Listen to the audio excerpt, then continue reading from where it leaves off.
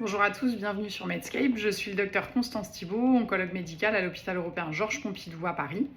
Et aujourd'hui, j'ai choisi de vous parler de deux études qui ont été présentées au Congrès américain de cancérologie qui s'est tenu début juin à Chicago, aux États-Unis. Ces deux études concernent le cancer de la prostate. La première, il s'agit de l'étude Proteus, qui est une étude de phase 3 qui évaluait en fait l'intérêt de rajouter l'apalutamide en plus de la castration à un traitement local qui était la prostatectomie radicale. Donc c'est vrai qu'on avait déjà des études qui avaient démontré l'intérêt d'intensifier le traitement par hormonothérapie de manière concomitante à la radio-hormonothérapie. C'était notamment l'étude Stampede avec l'abiraterone. Et jusqu'à maintenant, on n'avait pas eu d'étude de phase 3 qui avait évalué l'intérêt de cette intensification en plus de la chirurgie.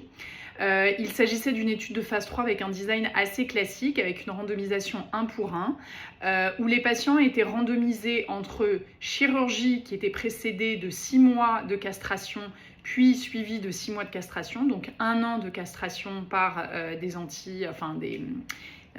analogues ou antagonistes de la LHRH, versus la même stratégie avec en plus l'apalutamide, donc 6 mois avant et 6 mois après.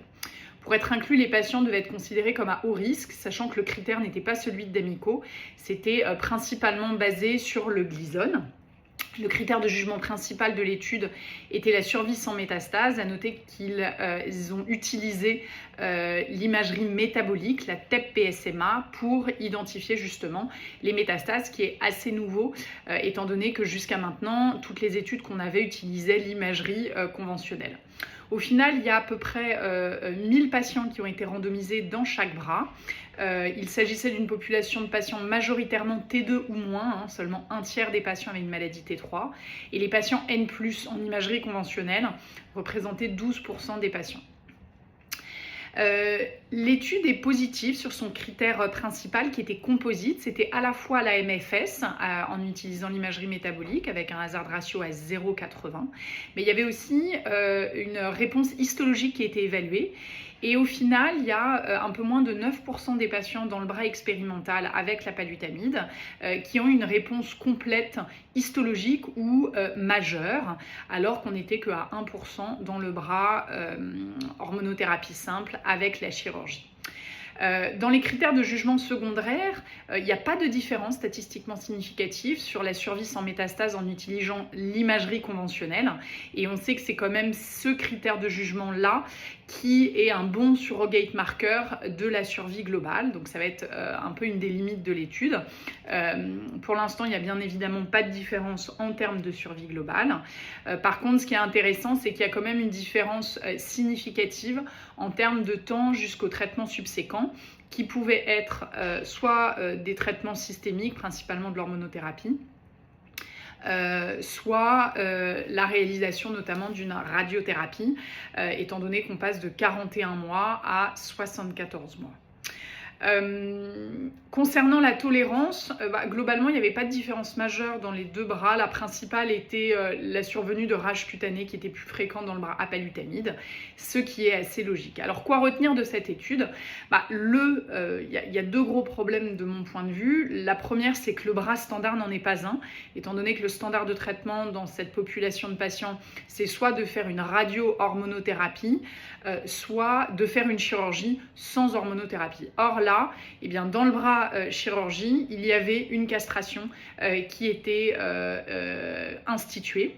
Donc ça, c'est la première limite, ce qui rend compliqué non pas l'interprétation en termes d'efficacité, on peut s'attendre à ce que ça modifie pas beaucoup l'efficacité du bras standard, voire peut-être que ça le surestime. En revanche, c'est en termes de toxicité, et c'est vrai que dès lors qu'on rajoute de l'hormonothérapie avec des analogues ou des antagonistes de la LHRH, on augmente le risque cardiovasculaire, on augmente le risque de bouffée de chaleur, baisse de la libido, troubles de l'érection, etc., le syndrome métabolique. Et c'est vrai que là-dessus, comme il y en avait dans chacun des deux bras, c'est difficile de l'interpréter. Et puis le deuxième, je l'ai déjà évoqué, c'est le critère de jugement principal, étant donné qu'ils ont choisi la survie sans métastase en utilisant l'imagerie métabolique, ce qui n'est pas un surrogate avéré de la survie globale, avec malgré tout une différence qui est certes significative, mais qui n'est néanmoins pas majeure, un hazard ratio à 0,80. Ce sera intéressant d'avoir des analyses en sous-groupe pour voir s'il y a une sous-population de patients qui semble tirer un réel bénéfice, mais ça ne deviendra clairement pas le standard de traitement chez tous les patients, peut-être à discuter éventuellement au cas par cas chez les patients très sélectionnés. La deuxième étude, c'est l'étude TALAPRO-3 qui cette fois-ci évaluait les inhibiteurs de PARP chez des patients avec des cancers de la prostate métastatiques avec une altération d'un gène impliqué dans leur combinaison homologue, donc les cancers HRR mutés ou positifs. L'inhibiteur de PARP était le talazoparib et était associé à l'enzalutamide chez des patients donc avec des cancers de la prostate métastatique hormonosensibles, donc les MHSPC, avec un gène muté parmi les 12 gènes évalués dans cette étude. Le critère de jugement principal était la survie sans progression radiologique. Dans les caractéristiques de la population, il faut garder en tête qu'il y avait un tiers des patients qui avaient des mutations BRCA1 ou 2, et on sait que c'est en général plutôt ces patients-là qui vont tirer un bénéfice assez important. Et il s'agissait majoritairement de patients avec des maladies de novo et majoritairement des patients avec des maladies de haut volume. L'étude est clairement positive sur son critère de jugement principal, la RPFS, avec un hazard ratio aux alentours de 0,5, qui est encore plus important chez des patients avec des mutations BRCA1 et 2, donc pas une grosse surprise. Et ce qui est intéressant, c'est qu'on voit quand même que chez les patients HRR non BRCA, il existe quand même une différence statistiquement significative avec un signal aussi chez les patients avec des mutations ATM, qui était le gène le deuxième plus fréquemment muté dans cette population de patients, avec un hazard ratio et un intervalle de confiance en faveur du talazoparib associé à l'enzalutamide par rapport au bras placebo plus enzalutamide. Par contre, on voit qu'il y a quand même une toxicité non négligeable qui a été observée, notamment hématologique. Il y a quasiment les 3/4 des patients qui ont eu une anémie de grade 1 ou plus, 40% ont une anémie de grade 3 et ont eu besoin d'avoir une transfusion.